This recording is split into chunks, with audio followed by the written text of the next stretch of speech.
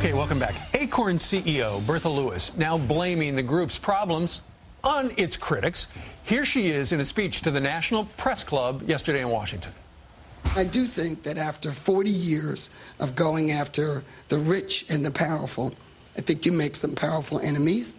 And I think since 2004, things have been ramped up. So if Acorn's troubles are just being blown out of proportion, why is even the SEIU now trying to distance themselves? Scott Baker of Breitbart TV joins us live. Scott, can you blame Acorn's problems on the fact that they go after the powerful? Oh, I don't think so. I think that if Acorn is upset saying that there's this new McCarthyism, to go after them, I don't think that's what's going on. I think if people are trying to distance themselves from Acorn, really that's Acorn's problem. If you don't do things that people aren't going to be embarrassed about, then you don't have a problem.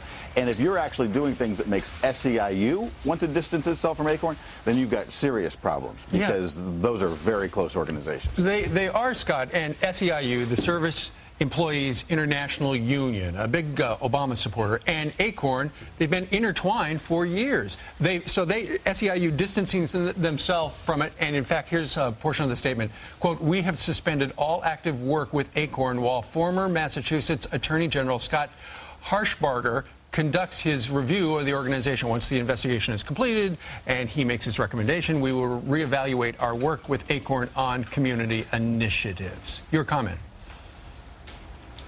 I think it's kind of like asking conjoined twins to separate themselves.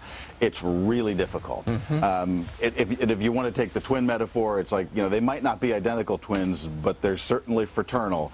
And, they might be trying to stand in different corners of the room, but they're still in the same family. Gotcha. And if you want a Fox and Friends metaphor, they're all on the same curvy couch of coalition.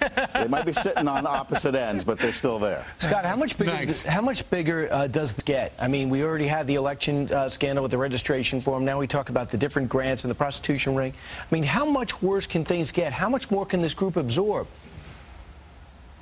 Well, I think it depends on how good a job they do and how transparent they are with this investigation. And I know they're talking about, was it $1 million that the founder's brother, embezzled, or was it $5 million?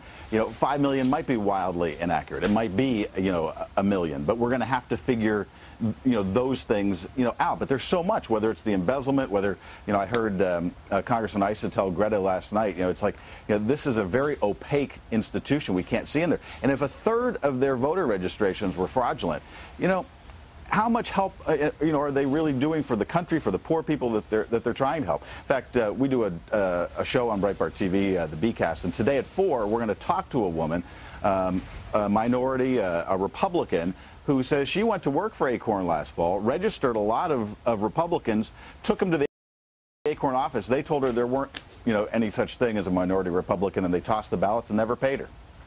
I never heard that story. All right.